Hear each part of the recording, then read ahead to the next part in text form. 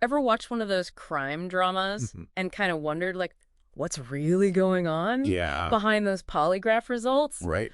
Well, get ready to ditch those Hollywood myths. Yeah. Because today's deep dive takes us into the world of polygraph examiners. It's real deal. They've got career guides, interview insights, even a glimpse into the future of the field. It's fascinating stuff. It really is fascinating. And you know what's really interesting is this isn't just for people who want to like be a polygraph examiner. Right. By the time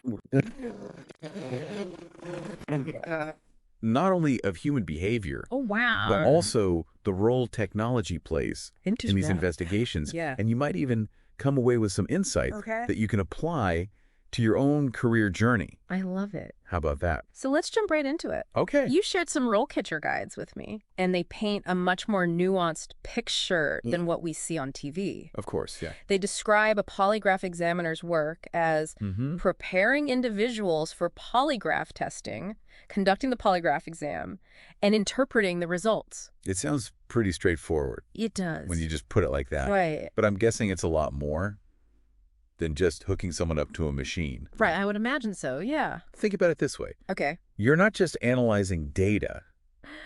You're dealing with people. Right. Real people. In high-pressure situations. And very intense situations. Right. And they have to understand all the complexities of human physiology. Oh, wow. We're talking about like respiration, rate and depth, sweat gland activity. Wow. Even changes in blood pressure. Oh, my God. Subtle changes. Wow. All potential indicators of how someone is reacting to what you're asking them. So it's like they're deciphering a secret language, right? But it's written in the body's responses. It's like a physiological tell. Wow. Exactly. That's incredible. And then they have to take all that and analyze it within the context of the questions being asked and determine if those reactions point to deception or something else entirely. Okay. So that's where their expertise in psychology, interrogation techniques. It's like a triple threat. And even the legal system comes into play. Wow. It's a lot. Yeah. It's really fascinating work. It's like being a human lie detector. Right. But in a way more scientific and nuanced way than those old movies suggest. Of course. Yeah, the term lie detector is a bit misleading. Yeah. Because a polygraph doesn't actually detect lies. Interesting. What it does is it measures physiological changes that are associated with stress. So really the examiner's job is to determine if that stress is because of deception or something else entirely. So it's all about context. Exactly. The individual, the environment, the questions. The questions are key. Yeah. Speaking of environment, yes, the guides mention that polygraph examiners work in a variety of settings. It's true. From law enforcement agencies to government offices to private organizations. You never know where you might be. What kind of atmosphere can someone expect in those situations? Imagine this. Okay. One day, you're in an office. Super quiet. Maybe you're prepping someone for a security clearance check. Right. And the next, you're at a police station. Oh, wow. Interviewing a suspect in a high-profile case. Wow. So the emotional temperature changes drastically, depends on where you are. Talk about a range of experience. Absolutely. Right. Yeah. And as you gain experience, you take on more responsibility. That's right. The career stages section lays that out. It really lays out that progression. Yeah. Yeah. So an entry-level examiner. This is someone who's just starting out. Right. They might be assisting with pre-examination interviews. Learning to recognize all those little subtle cues. Right. And then as they progress, junior examiner, they're probably conducting exams.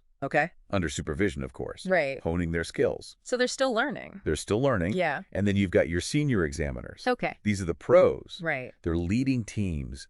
They're conducting really complex examinations. Wow. And they might even be called upon. To provide expert testimony in court. Wow. It's amazing. So it's a path of It is continuous learning. And growth. And growth, absolutely. It sounds like the pressure is on, especially as technology enters the picture. Right. the guides mention computerized polygraph systems. Is that the future of the field? That's a great question. It's actually a very hot topic in the field. Really? Yeah, some people argue that computerized systems offer greater accuracy and standardization because they remove some of the subjectivity from the equation. But others, they worry about losing the human element. Human element, exactly. That examiner's intuition and their ability to pick up on those subtle, nonverbal cues that a machine might miss. Right. So it's a tough one. Wow, that's really interesting. Yeah. It's like that classic debate. It is, yeah. Right. Technology versus the human touch. It's always a tough one. It is. Yeah. But before we get too far into the future, let's go back to those interview questions you mentioned. Yes. Because they're designed to give potential examiners a taste of the challenges. Absolutely. Of us on the job. Yeah. Right. It's a glimpse into the ethical and psychological capacities of this work. Wow. Even for those of us who aren't going to be examiners ourselves. Right. It's fascinating stuff. Okay, give me an example. Okay. One question that really stood out to me was, how do you ensure the accuracy and reliability of your polygraph examinations? Wow. Because we're talking about life-changing consequences here. Right. Careers, reputations, even someone's freedom. Oh, wow. Could be on the line. Yeah. Based on these results. Right. So no pressure. Right, no pressure. But how do they make sure those results are as rock solid as possible? Yeah, how do they do that? Well, it starts with really rigorous training and certification. Okay. I mean, these examiners are not just playing around with fancy equipment. Right. They have to really know their stuff. So it's more than just knowing how to read the machine. Exactly. Right. They're practically investigators themselves. Yeah. Right. Yeah. Looking for any factor. And a little thing. That might influence those results. Absolutely. Which reminds me, one question from the guide really stuck with me. How do you handle situations where the examinee has a medical condition? Oh, wow. That could affect the polygraph examination. That's huge. Right. Yeah. It seems like that could throw a wrench in the whole process. It really could. Yeah. Which is why that pre-examination interview is so crucial. Okay. Because examiners are trained to identify red flags. Okay. Could be medical conditions, medication, psychological factors. Wow. Anything that could potentially skew those results. So they're essentially gathering intel before the exam even begins. Yes. Looking for any piece of the puzzle that might affect the bigger picture. That's a great way to put it. Yeah. It's amazing how much goes into this that we never even consider. Right. You know? Yeah, it's fascinating. Yeah. It is. Reminds me of another question from the guide. What is your approach when an examinee is suspected of deception? So it's not like they see a blip on the screen and pronounce them guilty. It would be nice if it were that easy. Right.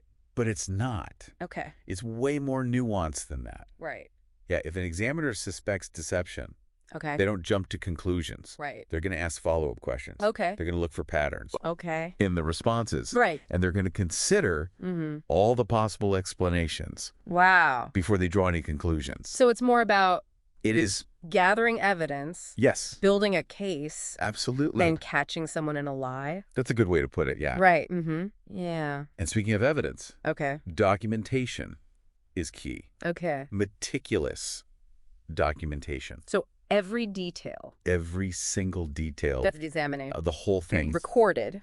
In a report. Okay. Which can then be used by investigators. Oh. Or even presented in court. Wow. So it's serious business. Wow. So they're creating... You could say that. A map of the truth. Okay. Using those responses as guideposts. That's a very poetic way to put it. Right. Yes. Yeah. Yeah. And that brings us back to those computerized systems. Right. Because they offer a level of standardization and objectivity. Yeah. That's hard to achieve. Very difficult with just human observation alone. Right. Right. Yeah. So, will they ever fully replace? That's the question. That is the million-dollar question. Right. On one hand, you have the technology. The tech is amazing. That can analyze data with incredible speed and accuracy. Right. Right. But on the other hand... But you still have that. The human element. The human element. The intuition, the experience, the ability to read between the lines of the physiological response. It's a tough one. Right. Yeah, it's a really interesting debate. It's like we're at a crossroads. It really is. And technology's pushing us in one direction, but then you have those uniquely human skills pulling us in another. And the question is, can we find a way to bring those two together? Yeah. Can we use technology to enhance what we do naturally, but not lose sight of those very human qualities? Like critical thinking, emotional intelligence, building rapport. All of that. All that stuff came up. It did. In the functions and core abilities section. It's interesting because those skills apply to any job. Not just polygraph examiners. It's not at all. It's like life skills 101. Yeah. Right? Yeah. You need active listening. You need problem solving. Complex problem solving. Judgment, decision making. It's true. You need that in any field. Yeah. These are valuable assets. Absolutely. No matter what you're doing. Whether you're dealing with physiological data or spreadsheets. Design software. It doesn't matter. It's true. You need those skills. Yeah. It's like those interview questions are secretly like a crash course. Like a little sneak peek. In how to be a human. Exactly. Yeah. How to be a functional adult. Yeah. Because how to navigate this crazy world. Yeah, you're going to have to deal with difficult people. It's true. You're going to have to figure out what to do. When you encounter ethical dilemmas, it's true. You're going to have to think on your feet. Right. Under pressure. And that's life. That is life. That's everybody. That's everybody's story. And that's what makes... That's what's so cool. These guides so valuable. About these guides. Yeah. Not just about one specific career. Right. They're really about giving you tools. Okay. To deal with anything. To thrive. Yeah. In this crazy world. In this crazy mixed up world we live in. That's changing every day. Right. Right. And the best part is... Okay. These tools are transferable. They are. You can use them in any area of your life.